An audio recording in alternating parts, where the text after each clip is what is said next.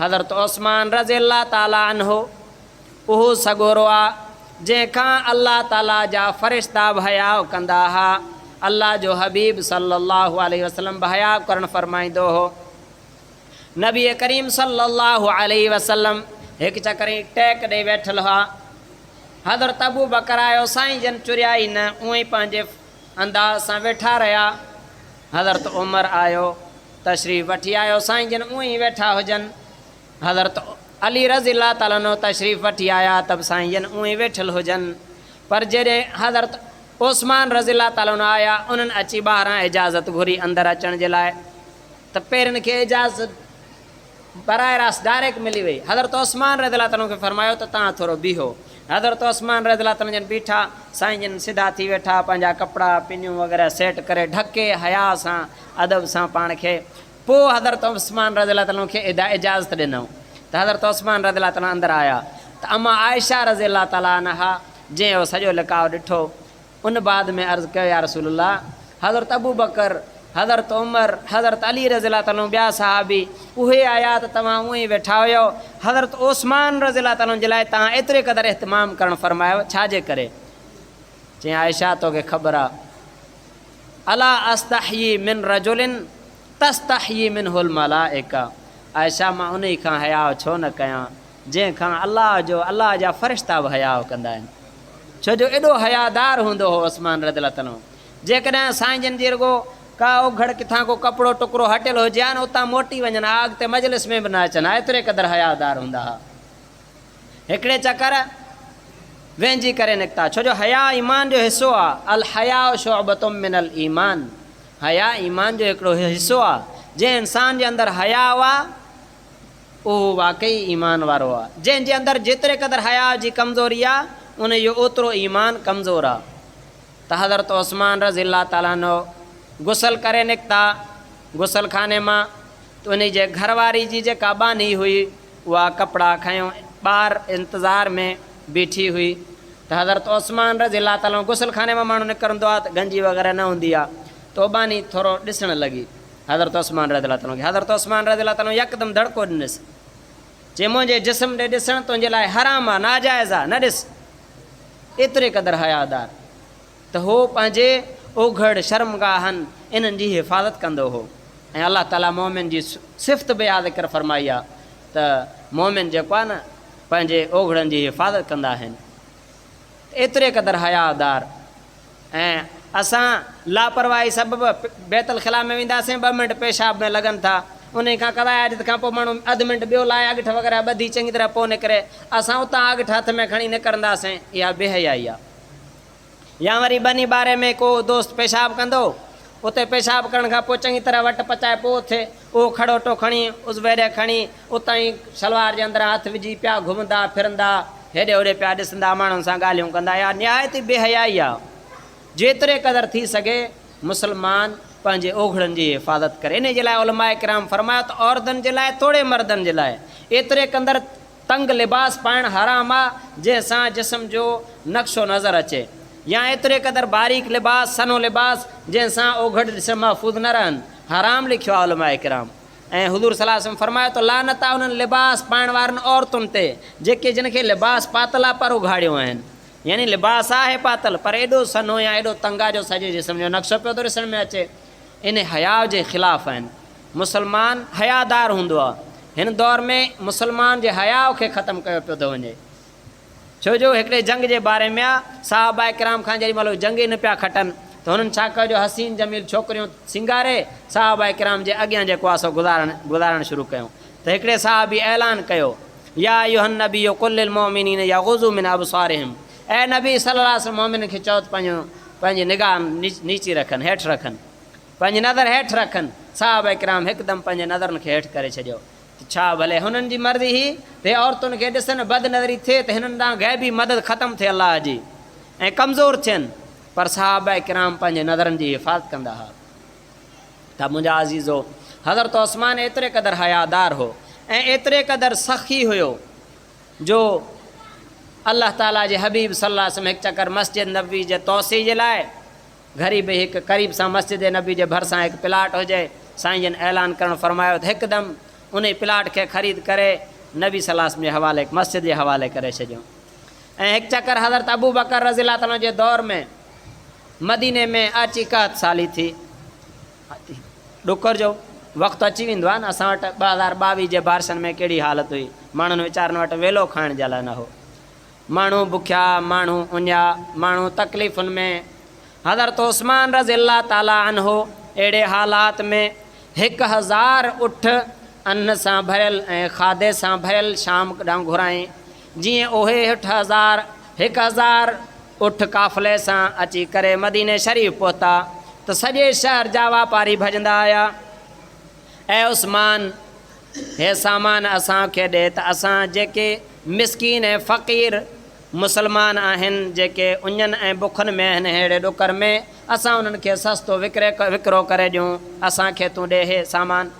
हज़रत उस्मान रज़ियल्लाहु ताला चवणु लॻो त तव्हां मूंखे केतिरो नफ़ो ॾींदो? त को चवणु लॻो त असां तोखे 10 रुपयनि वारे शइ जा जेको आहे सो 12 रुपया ॾींदासीं, को चवणु लॻो 13 रुपया, को चवणु लॻो 14, को चवणु लॻो 15। पर हज़रत उस्मान राज़ी न पिया थियनि। आख़िर में हज़रत उस्मान फरमाए त तव्हां मां को अहिड़ो आहे जेको 1 रुपये जे बदिरे मूंखे 10 रुपया ॾे? हिते सभु चुप थी बीह रहिया, छो जो 10 रुपयनि जे शइ जा 12 रुपया त ॾियनि पिया, 13 14 ॾियनि पिया, पर रुपये वारे शइ जा 10 रुपया कीअं ॾियनि? हिते लाजवाब थी बीह रहिया। उस्मान रज़ियल्लाहु ताला फरमायो त मुंहिंजो सौदो अलाह सां आहे, जेको 1 जे बदिले 10 दुनिया 70 आख़िरत मफ़हूमात ॾींदो। इन जे लाइ पोइ उहे 100 उठ, हाणे छा उन जी क़ीमत हूंदी, अन्न सां भरियल, सामान सां भरियल, उहे सभु फ़ी सबीलिल्लाह अलाह जे रज़ा जे लाइ ख़ैरात करे छॾियूं। 1 रुपयो बि जेको आहे सो कंहिंखां न वरितऊं। ऐं हिकिड़ो खूह हुजे उते, उन जो रोमा नालो, उन जो पाणी मिठो हो मदीने में, त सहाबा किराम उहे जो हिजरत करे मके मां अचनि पिया त उते उन्हनि खे पाणी मुआफ़िक़ ई न पियो अचे उते जो। त हज़रत उस्मान रज़ियल्लाहु ताला ॾिठो उहो खूह जंहिंजो हुजे उहो पाणी खपाए पियो, ऐं साहबी वीचारा वठी बि न पिया सघनि। हज़रत उस्मान रज़ियल्लाहु ताला उहो खूह ई ख़रीद करे वक़फ़ करे छॾियो त हिननि मां ग़रीब वञी खाइनि।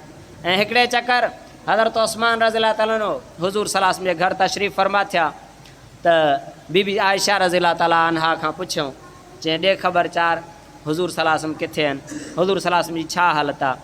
बीबी आयशा रज़ियल्लाहु ताला अन्हा फरमाइण लॻी त बीबी हाल अहवाल छा था पुछो? हुज़ूर सलासम जिन ऐं उनजे बचनि अहले बैत 4 ॾींहंनि खां असां कुझु ई न आहे खाधो, 4 ॾींहं जा फ़ाक़ा, 4 ॾींहंनि खां असां कुझु ई न आहे खाधो। चई हुज़ूर किथे आहिनि? चई हुज़ूर अलाह खे पिया था दुआऊं घुरनि। हुज़ूर सलासम खे जंहिं शइ जी ज़रूरत पवंदी न, अलाह जे अॻियां आहो नाज़ी राज़ी दुआऊं करे रोई रोई पंहिंजे रब खां घुरंदा हुआ। हज़रत उस्मान रज़ियल्लाहु ताला यकदमि उतां मोटिया, वञी करे खाधो तयारु, सामान काफ़ी जेको आहे सो खणी अची करे ख़िदमत अक़दस में पेश थिया। हुज़ूर सलासम जे ख़िदमत में पेश कयूं, साईं दुआ खां फ़ारिग़ थी पोइ वापसि जो अथनि त अलाह ताला जे तरफ़ां कुशादो गंज रिज़्क़ अची वियो। त हज़रत उस्मान हुज़ूर सलासम वरी यकदमि वापसि विया मुसले ते, ऐं वरी वञी अलाह ताला जे अॻियां दुआऊं घुरण लॻा, या अलाह मां बि उस्मान खां राज़ी आहियां, तूं बि हिन खां राज़ी थी। अलाह ताला रज़ामंद, अलाह जो रसूल बि उन्हनि सां राज़ी, ऐं अलाह ताला पाण बि जेको आहे सो उन्हनि सां राज़ी। अलाह ताला असांखे बि तौफ़ीक़ अता फ़रमाए त असां पंहिंजे हाल आहर जेतिरे क़दुरु थी सघे हज़रत उस्मान रज़ियल्लाहु ताला जेके 2 सिफ़तूं ख़ूब आहिनि, इहे सखावत ऐं हयाव, इन्हनि खे अपनायूं। ऐं इन सां गॾोगॾु मुंहिंजा दोस्तो, हज़रत उस्मान गनी रज़ियल्लाहु ताला उहो सहाबी आहे जंहिंखे नबी सलासम जो 2 न्याणियूं निकाह में हुयूं। बीबी रुक़ैया रज़ियल्लाहु ताला अन्हा निकाह में हुई, उहा विसाल फरमाए वई। हज़रत उस्मान रज़ियल्लाहु ताला गमज़दा थी, गम जे हालत में हुज़ूर जे ख़िदमत में तशरीफ़ वठी आया त हुज़ूर सलासम फरमायो त उस्मान गम करण जी ॻाल्हि न आहे, मां पंहिंजी ॿी धीउ जेको आहे सो उम्मे कुलसूम तव्हांजे निकाह में ॾियां थो। वरी साईं जन ॿियो निकाह, ऐं साईं जन हिकु हदीस में हिकु जाइ ते 40 पढ़ियमि, हिकु जाइ ते 10, बहरहाल जेका मूं हदीस पढ़ी आहे उन में हो त हुज़ूर सलासम फरमायो त उस्मान मूंखे जेकॾहिं 10 न्याणियूं हुजनि हा त मां हिक ॿिए जे पोयां तव्हांखे ॾींदो रहां हा निकाह में, एतिरे क़दुरु। हज़रत अली रज़ियल्लाहु ताला जे अॻियां अची करे हिकिड़े शिकायत कई, जीअं उस्मान रज़ियल्लाहु ताला माज़अल्लाह जहन्नमी आहे। हज़रत अली फरमायो त तूं पंहिंजी धीउ कंहिं अहिड़े माण्हू खे ॾींदे जंहिंजे बारे में तुंहिंजो गुमान सही न हुजे? चई न, मां पंहिंजी धीउ तो सोचे सम्झे ॾींदुमि। चई उस्मान जे बारे में कीअं थो चई जहन्नमी आहे? हुनखे रसूलुल्लाह सल्लल्लाहु अलैहि वसल्लम 2 पंहिंजियूं न्याणियूं ॾिनियूं आहिनि, ऐं उहो बि जिब्राईल अलैहिस्सलाम हुज़ूर जे अलाह जे तरफ़ां वही खणी आयो। उन खां पोइ हुज़ूर सल्लल्लाहु अलैहि वसल्लम जेको आहे सो 2 न्याणियूं पंहिंजो ॾिनियूं। त हुज़ूर सल्लल्लाहु अलैहि वसल्लम पंहिंजी न्याणी ईअं कंहिं जहन्नमी खे ॾेई छॾींदा। त मुंहिंजा दोस्तो बहरहाल उहे सभई जेके यहूदी मुनाफ़िक़ हुया, उन्हनि हज़रत उस्मान रज़ियल्लाहु ताला जे ख़िलाफ़ु वॾो मनसूबो ठाहियो। 12 साल हज़रत उस्मान रज़ियल्लाहु ताला जी ख़िलाफ़त रही, 10 साल अमन सां गुज़रिया। पोइ अची करे उन्हनि मनसूबो ठाहियो त हज़रत उस्मान रज़ियल्लाहु ताला ख़ाइन आहिनि, माना जेको बैतुल माल जे माल मां ख़यानत था कनि, इल्ज़ाम हयूं सियासत करे। हज़रत उस्मान रज़ियल्लाहु ताला जा मुखालिफ़ थी पिया ऐं चयूं हे अक़रबा परवरी थो करे, माना पंहिंजनि खे नवाज़े थो। पोइ इल्ज़ाम हणी हज़रत उस्मान रज़ियल्लाहु ताला खे मासूर करे छॾियूं पंहिंजे घर में। 40 ॾींहं ताईं हज़रत उस्मान रज़ियल्लाहु ताला पंहिंजे घर में क़ैद रहियो। हज़रत अली रज़ियल्लाहु ताला ख़िदमत अक़दस में आयो, चई अमीरुल मोमिनीन तव्हांखे उञ त ॾाढी लॻी हूंदी, बुख बि तव्हांखे ॾाढी लॻी हूंदी। हज़रत अमीरुल मोमिनीन हज़रत उस्मान रज़ियल्लाहु ताला फरमाइण लॻा, चई न मूंखे हिन वक़्तु उञ बिल्कुलु न आहे। चई कीअं? चई मूंखे ख्वाब में राति हुज़ूर सरवर काइनात सल्लल्लाहु अलैहि वसल्लम ख्वाब में आया, मूंखे अची करे पंहिंजे सीने सां लाथऊं, जंहिंखां पोइ अञा ताईं मुंहिंजो सीनो जेको आहे सो थधो आहे, मूंखे न उञ न बुख। मफ़हूम अर्ज़ु आहे। पोइ हज़रत अली रज़ियल्लाहु ताला अर्ज़ु कयो, अमीरुल मोमिनीन तव्हां हुकुम कयो त असां तव्हांजे मुखालिफ़नि जा बूथ फेराए छॾियूं, उनखे भॼायूं, मुठी भराइनि, छा कंदा असांखे? त हज़रत उस्मान रज़ियल्लाहु ताला फरमायो न, मूंखे हुज़ूर सल्लल्लाहु अलैहि वसल्लम ख्वाब में 2 रस्ता ॾिना, ॿिन्हिनि मां फरमाए हिकु इख़्तियार कर। हिकु रस्तो हुयो त जेको आहे सो उन्हनि सां तूं मुक़ाबिलो कर, पोइ खून रीज़ी बि आहे, नुक़सानात बि आहिनि। ऐं ॿियो रस्तो सब्र जो आहे, ऐं सब्र घुरी त पोइ सुभाणे इनशाला जेके तव्हां 40 ॾींहं खां वञी उन तकलीफ़ूं काटियव, सुभाणे तव्हां इफ़्तारी असां वटि कंदव, असां सां गॾु रोज़ो खोलींदव। त हज़रत उस्मान फरमायो त मां हुज़ूर जे ॿीर जेका राय हुई उन खे पसंदि कयुमि। मां चयो यार रसूल मां तव्हां सां रोज़ो खोलणु चाहियां थो सुभाणे। त हुज़ूर फरमायो पोइ तयारी। बहरहाल पोइ हज़रत अली रज़ियल्लाहु ताला खे जवाबु ॾिनई ऐं अची करे उन्हनि ज़ालिमनि हिकिड़े खिड़की मां घिड़ी करे हज़रत उस्मान रज़ियल्लाहु ताला जे मथां हमला कया। हज़रत उस्मान रज़ियल्लाहु ताला जे जेको आहे सो सीने मुबारक खे ज़ख़्मी कयूं ऐं जंहिं क़ुर पाक जे सूरह बक़रा खे तिलावत पिया कनि, उहा सूरत अॻियां खुलियल हुजे ऐं कसरत सां तिलावत जे करे हज़रत उस्मान रज़ियल्लाहु ताला ॾिसी घणो क़ुर पढ़ंदा हुआ, जंहिंजे करे बार बार खोलणु बंदि करण जे करे उहो क़ुर पाक बि शहीद थी चुको हो। पर पोइ बि उन खे पढ़नि पिया त उन जे मथां जेको आहे सो हज़रत उस्मान रज़ियल्लाहु ताला जो रतु किरियो, उते शहीद थी विया। बुज़ुर्ग फरमाईंदा हाणे क़यामत जॾहिं हज़रत कंहिंजे शहादत जी गवाही केरु ॾे, कंहिंजे शहादत जी गवाही जेको आहे सो करबला जी मिटी ॾे वग़ैरह वग़ैरह, पर हज़रत उस्मान वाहिद साहबी आहे जंहिंजे शहादत जी गवाही क़यामत जॾहिं क़ुर पाक ॾींदो। अल्लाह ताला असांखे उन जी ग़ुलामी ऐं ताबेदारी ऐं उनजी पैरवी नसीब फरमाए। व आख़िर दावाना अनिल हम्दुलिल्लाहि रब्बिल आलमीन। जिन सुन्नतूं न पढ़ियूं पढ़ी।